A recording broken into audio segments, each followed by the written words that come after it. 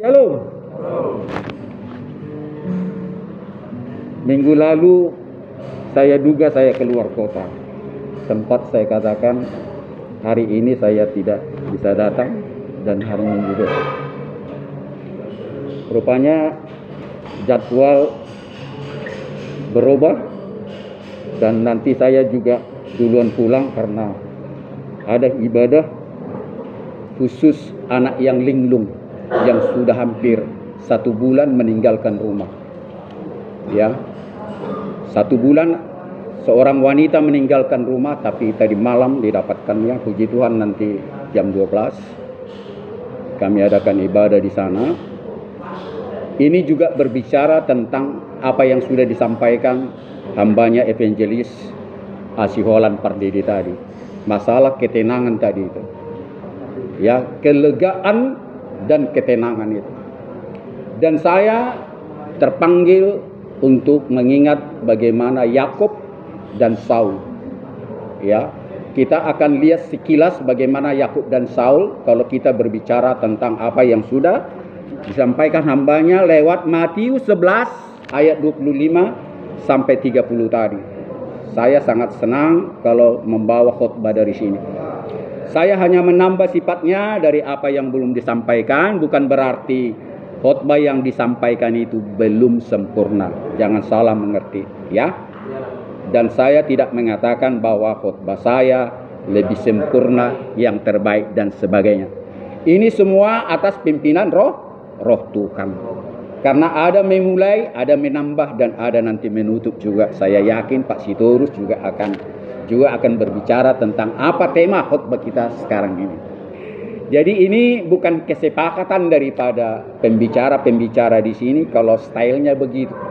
Ya, tapi seperti saya pribadi, biar jangan hilang fokus. Ya, kalau kita dalam dimulai dengan perenungan ke situ, dan saya berusaha tidak lari daripada apa yang kita dapat dari perenungan tadi. Oke, kita buka dulu ya dari pertama Samuel 16, ya. Sudah? Pertama Samuel 16, saya ajak kita baca 14 sampai 23. Dan setiap kali apabila roh yang datang daripada hingga pada Saul, maka Daud mengambil kecapi dan memainkannya. Saul merasa lega dan nyaman, dan roh yang jahat itu undur daripada Saul. Itu soal ketenangan, ya, dan kenyamanan. Jadi saya berbicara dulu tentang Saul, nanti saya berbicara sedikit tentang Yakub. Kalau kita lihat referensi Alkitab, begitu banyak, khususnya Raja Daud berbicara tentang ketenangan dan juga kenyamanan ini, ya. Kalau kita lihat dalam pembacaan kelegaan ini, coba kita buka dulu Mazmur Daud, ya, Mazmur 4 ayat 2. Ya Allah, apabila aku berseru, jawablah aku, ya Tuhan, yang membenarkan aku di dalam kesesakan. Engkau memberi kelegaan kepadaku. Engkau Tuhan memberikan kelegaan kepadaku saat itu juga. Kasihanilah aku dan dengarkanlah saat ini juga doaku. Dalam kelegaan. Aku hendak hidup Tuhan dalam kelegaan yang sungguh-sungguh. Sebab aku mencari titah-titahmu. Ini apa yang dilontarkan oleh Raja Daud. Memang kelegaan ini adalah sumber daripada segala sesuatu hari-hari kita. Tanpa kelegaan ini manusia akan bimbang dan ragu dan tidak pede, ya. Tapi orang yang pede, ya, orang yang pede itu biasanya orang yang melakukan kebenaran, ya. Orang benar tidak pernah takut. Itu dari kecil saya sudah dikatakan orang tua saya. Tapi orang takut akan selalu orang salah selalu ketakutan. Ya, orang benar tidak pernah takut, orang yang salah selalu dalam ketakutan. Ya, bisa kita lihat dalam Yesaya 32 ayat 17. Perhatikan, di mana ada kebenaran itu, Di situ akan tumbuh damai sejahtera. Selalu ada di situ damai sejahtera. Kita ulangi sekali lagi bersama-sama 3 ya. Di mana ada kebenaran, di situ selalu akan ada damai sejahtera, kelegaan dan sebagainya. Jadi saudaraku, kita sudah tahu bagaimana kita kalau diproses, diselidiki di polisi. Ya, penyelidikan selalu itu dibilang jujur saja. Ya, kerjasama yang baik, jangan bikin kami marah. Apa yang kau lakukan mengaku saja. Itu selalu ya kepada saudara-saudara dan pemeriksa dan lain lagi nanti dalam BAP-nya. Jadi selalu diminta polisi pada saat pemeriksaan jujur sajalah sama polisi. Jangan bertele-tele. Hukumanmu akan bertambah-tambah kalau kau tidak mengaku langsung. Dalam persoalan apapun di dalam tindak pidana. Jadi kalau saudara mengaku langsung, saudara akan tenang. Amin. Dan saudara pasti sudah mengalami itu. Coba-coba berbelit-belit, kesal polisinya, nggak makan siang, nggak makan malam dan sebagainya, capek masuk angin, bahkan berpuluh-puluh kilometer menangkap, ya terperiksa, kesal. Dia sudah tahu sebetulnya apa yang dilakukan daripada calon yang diperiksa, tapi bertele-tele dan sebagainya. Tapi pada saat saudara sadar dan ya kerjasama yang baik mengaku semuanya, lega. Dan tidak pernah lagi saudara memakai akal okolmu untuk mengelabui polisi. Jadi ketenangan itu pada saat saudara berkata benar. Amin. Amin. Tepuk tangan buat Tuhan. Ya, demikian juga sehari-hari dalam mencari nafkah dan sebagainya. Ada banyak persoalan pedagang belakangan ini akan terjadi, petugas sama pedagang. Sampai-sampai luar biasa ya. Pedagang ini yang seharusnya dilindungi oleh hukum malah dia jadi terperiksa dan sebagainya. Saya tidak mengingkut, tapi itulah kenyataan belakangan ini yang terjadi. Jadi disitulah kalau memang kita benar dalam segala perkara apapun itu, kita akan tenang. Kita tidak merasa bersalah sama pelaksana penyidangan KUHP, kita tidak bersalah kepada Roh Kudus yang menyidangkan kita. Ya, dunia dan akhirat tidak akan pernah kita takut. Karena perbuatan kita adalah benar. Jadi jangan sampai lupa Yesaya 32 ayat 17, hambanya tadi mengatakan saya mencari-cari mana, inilah mana yang saya dapatkan saudara. Amin. Pak ya, Pak menulang ya. Ya, saya sedang mencari-cari firman Tuhan di mana kita renungkan dalam khotbah yang luar biasa yang disampaikan tadi pertama sekali. Jadi kita lihat bagaimana Saul yang begitu gundah gulana. Carilah kepadaku, aku lagi kacau balau ini. Aku tidak tenang, kata.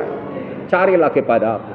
Kita tahu Raja Daud, ya Raja Pemazmur dan tidak ada tandingannya sampai sekarang ini. Amin. Amin. Dan saya sebetulnya mau menyamai kalau bisa mendekati. Maka itu Mazmur-Mazmur dia sampai sekarang ini saya santap satu perikop. Ada perikop di atas 30 saya santap habis itu tanpa saya tinggalkan. Jangankan satu ayat. Karena apa? Memang indah sekali kalau kita renungkan Mazmur-Mazmur itu. Ya, bukan saya mengatakan ini kita buat menjadi apa itu bacaan yang ya harus titik komanya sama, tidak. Ya. Apa yang tertulis dalam Injil ini tidak harus titik komanya sama. Ini translate juga ini. Tetapi bagaimana kita untuk mengartikan lebih leluasa, lebih nyaman, silakan saja. Ya, tidak salah itu. Ini translator, ya. Tidak langsung Roh Kudus berbahasa Indonesia di sini. Kira-kira kurang lengkapi dengan satu kata tanpa merubah arti dan makna daripada amin. Ya, jadi kalau saudara melihat saya begitu leluasa menambah, ya, kalau mengurangi, ya artinya biar kita nyaman merenungkan firman Tuhan. Termasuk lagi saya sering mengatakan Mazmur Daud itu sangat simpel sekali ditulis di sini, namun kita kembangkanlah. Bikin mazmur kita sendiri. Kalau Daud bisa bermazmur, saudara dan saya juga bisa bermazmur. Kalau kita kembali kepada perjanjian lama Kejadian.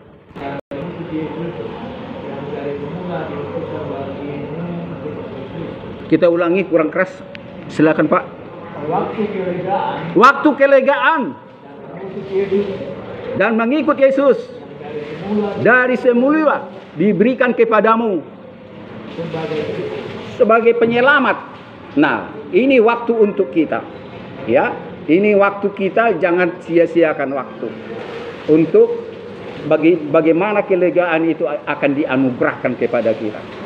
Ya, kita baca sering itu dikatakan di Ibrani, apabila engkau mendengarkan suaranya hari ini, saat ini, jangan engkau keraskan hatimu. Ya, ada di kitab Ibrani di situ bolak-balik dikatakan, ya. Ini dan khotbah saya pun terakhir sering saya katakan, bila engkau dipanggil jawab dia. Ya, dipanggil namamu jawab dia. Berbicara engkau Tuhan apa yang engkau mau katakan kepada aku. Tetapi jangan pura-pura tidak mendengar, ya. Tuhan tiap hari berbicara kepada orang yang saleh maupun orang fasik. Ini kita camkan. Dan saya percaya lebih sering dia bicara kepada orang fasik, kepada orang berdosa. Yakin saya itu. Bukan kepada orang-orang suci yang menganggap suci. Tidak.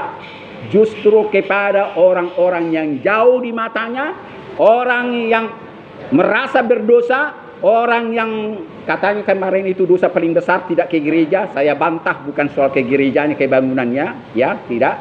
Tetapi dosa yang paling jijik di mata Tuhan adalah menomorduakannya atau memakai ilah-ilah lain selain dia, ya. Itu yang saya tahu, iman percaya saya. Jadi yang saya katakan adalah bagaimana kelegaan ini datang, kita harus boleh betul-betul punya Tuhan yang satu. Kalau Daud punya lebih dari Tuhannya satu, saya kira suara serulingnya itu, suara mazmurnya tidak akan bisa sampai kepada orang-orang untuk bertobat. Seperti Saul mendapatkan ketenangan.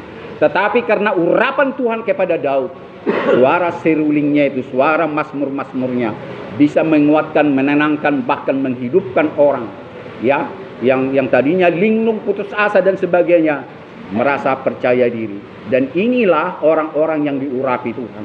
Jadi setiap perkataan dan perbuatan, bahkan dalam perjalanan seseorang, kalau memang hamba Tuhan itu hamba yang diurapi, orang akan mendengar. Tetapi orang-orang fasik, keberhasilannya, khotbah saya terakhir, orang menjauh.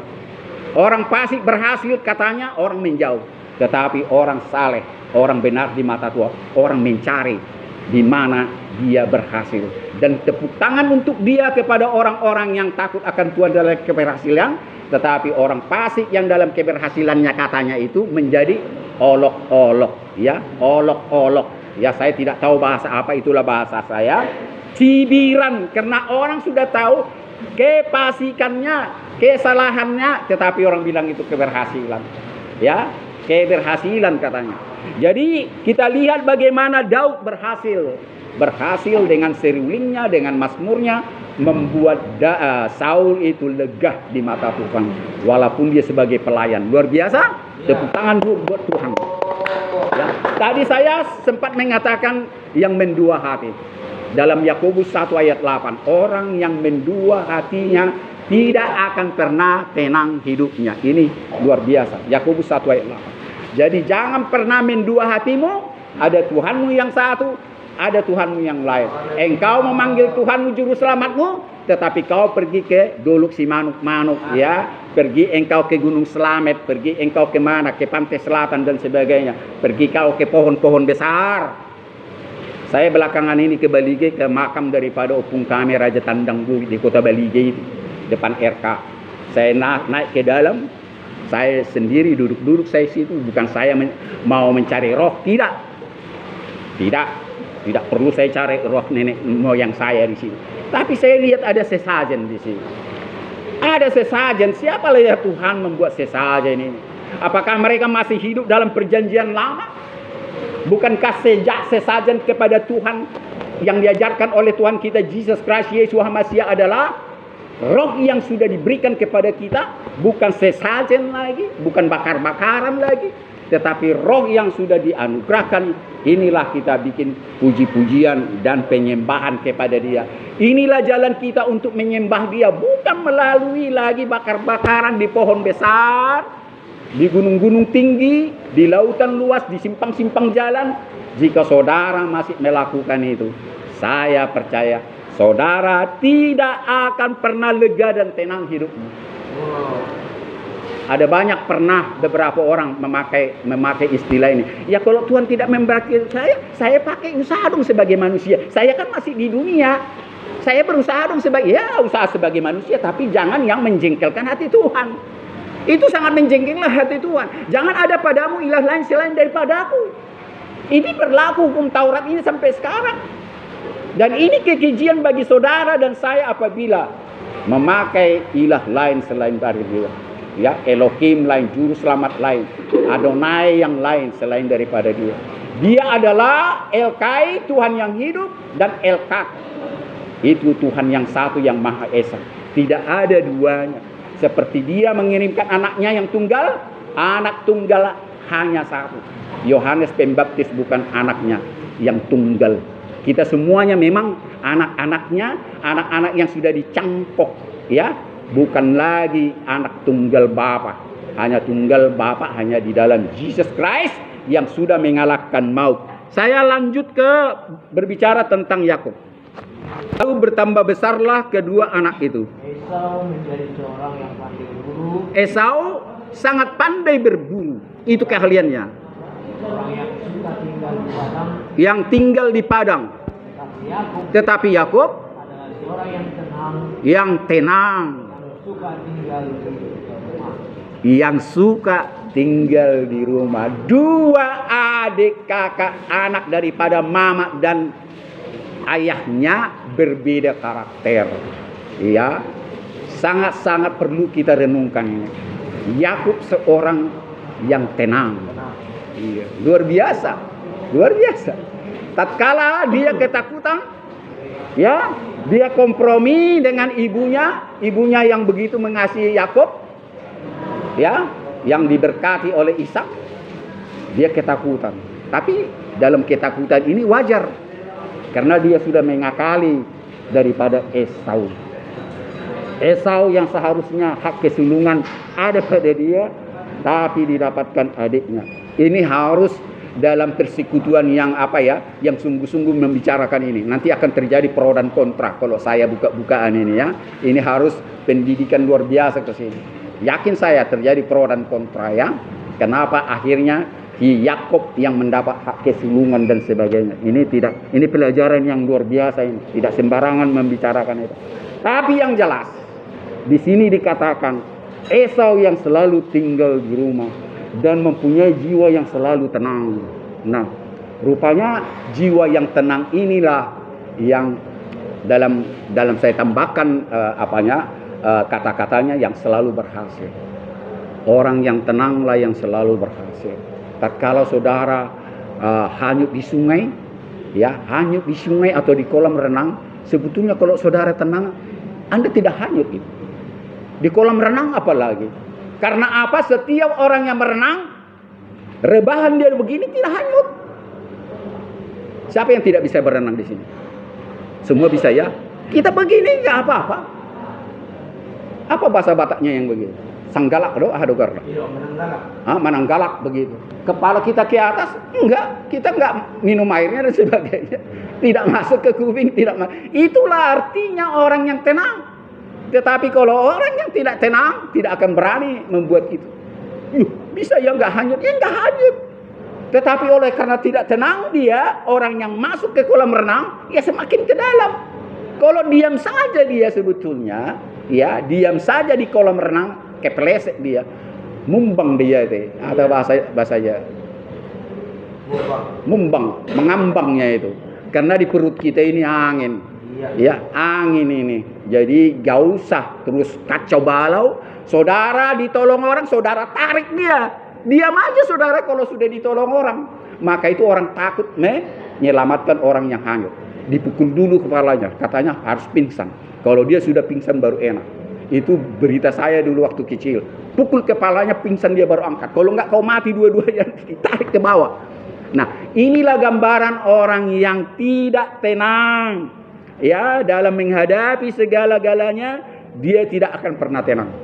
Mazmur Daud enak sekali berbicara soal ketenangan ini. Mazmur 121. Tuhan kita tidak pernah tidur dan terlelap. Dia menjaga kita 24 jam. Ya, dia menjaga kita, bahkan segala kecelakaan kita dijaganya kita.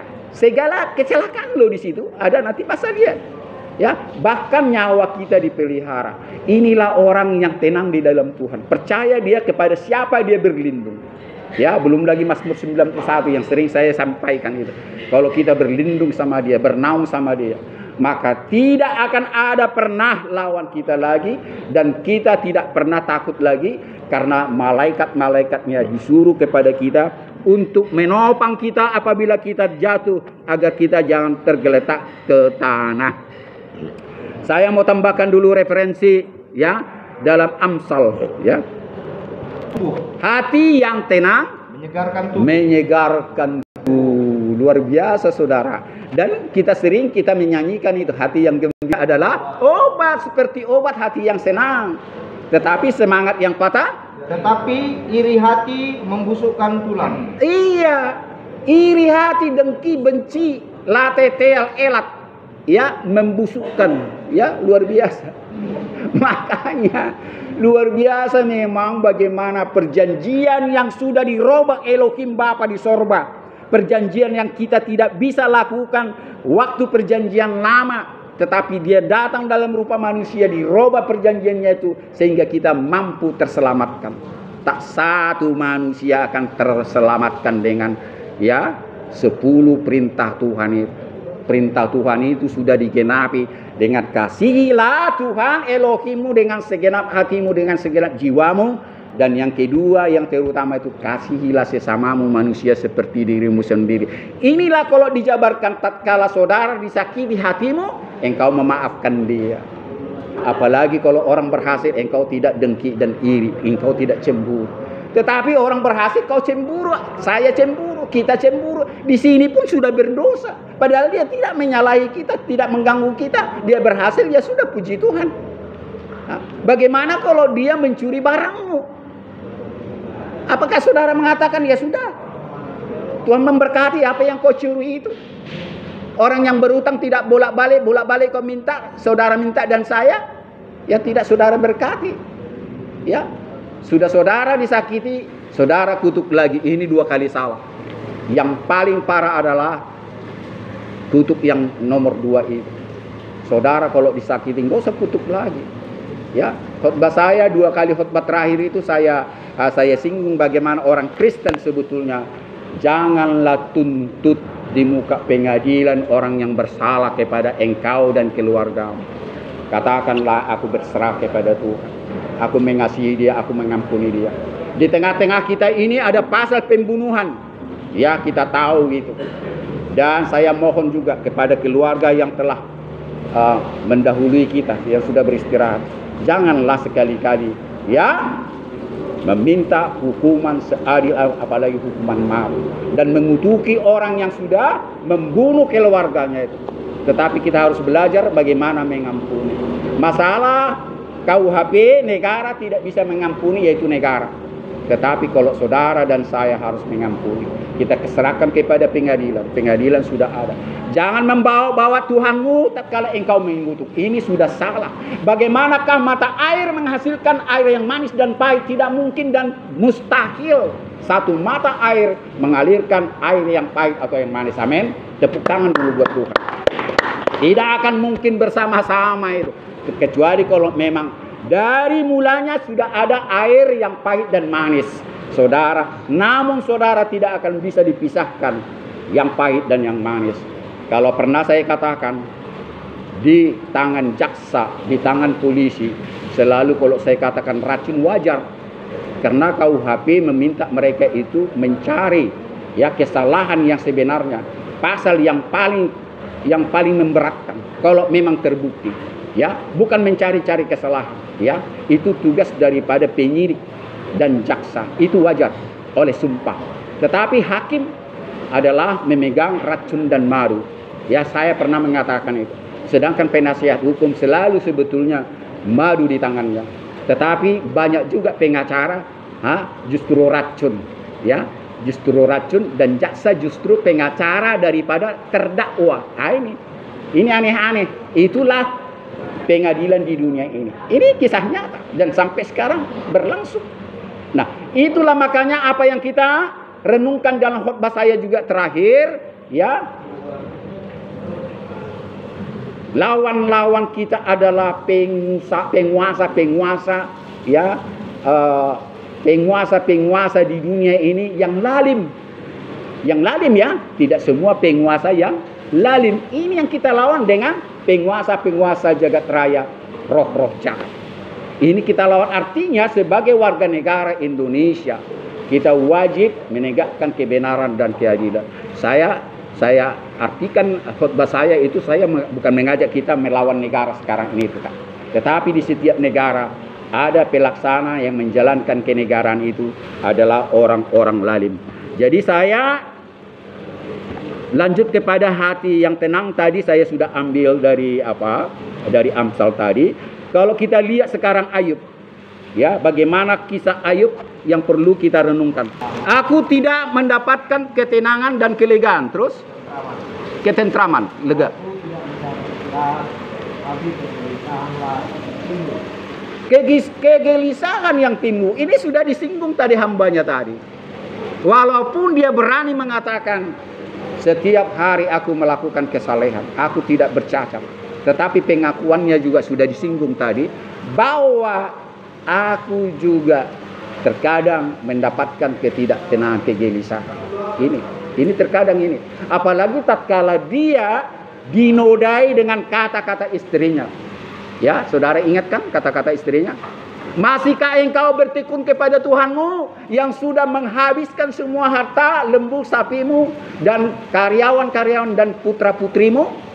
Masihkah engkau bertekun? Sekarang ini engkau diperhadapkan kepada penyakit yang tidak pernah aku lihat. Jawab Ayub apa? Masih saudara ingat? Mungkin engkau sudah gila. Bukankah yang terbaik kita terima dari Tuhan juga yang tidak baik? Dengan telanjang aku datang dan dengan telanjang aku keluar. Biarkanlah itu semua hartaku itu semua habis, karyawanku dan anakku. Ya, aku akan kembali dengan telanjang. Terpujilah nama Tuhan. Itu kesaksian luar biasa. Tetapi di sini masih nampak juga ada ketidaktenangan itu. Inilah pengaruh daripada godaan-godaan yang dikatakan, masihkah engkau bertekun kepada Tuhanmu Elohimmu, sedangkan engkau sudah dibinasakannya. Dan satu lagi saya mau ambil lagi referensi di dalam Mazmur, atau lanjut saja dari ayat 1. Tuhan adalah gembalaku, takkan kekurangan aku. Ya, ia membaringkan aku di padang yang berumput hijau. Ia membimbing aku ke air yang tenang. Ia menyegarkan jiwaku. Ia menuntun aku ke jalan yang benar oleh karena namanya. Sekalipun aku berjalan dalam lembah kekelaman, aku tidak pernah takut bahaya lagi. Sebab Tuhan besertaku. Gadamu dan tongkatmu itulah yang menghibur aku. Engkau memberikan hidangan bagiku bahkan di hadapan semua lawan-lawanku. Pialaku penuh melimpah. Kebajikan dan kemurahan belaka akan mengikutiku seumur hidupku. Dan aku akan tinggal di rumah Tuhan sepanjang masa. Inilah pengakuan daripada Raja Daud yang tidak pernah merasa kekurangan. Inilah yang diungkapkan dalam Mazmur 23, bahwa ada ketenangan, kelegaan di dalam Tuhan dan tidak akan ada rasa takut lagi dan gentar karena dia berlaku benar di mata Tuhan. Kita sudah ingatkan tadi ada perkataan referensi Tuhan, setiap kebenaran akan di situ ada damai sejahtera dan tidak ada ketakutan. Ya, demikianlah firman Tuhan yang bisa saya sampaikan. Terpujilah namanya, haleluya.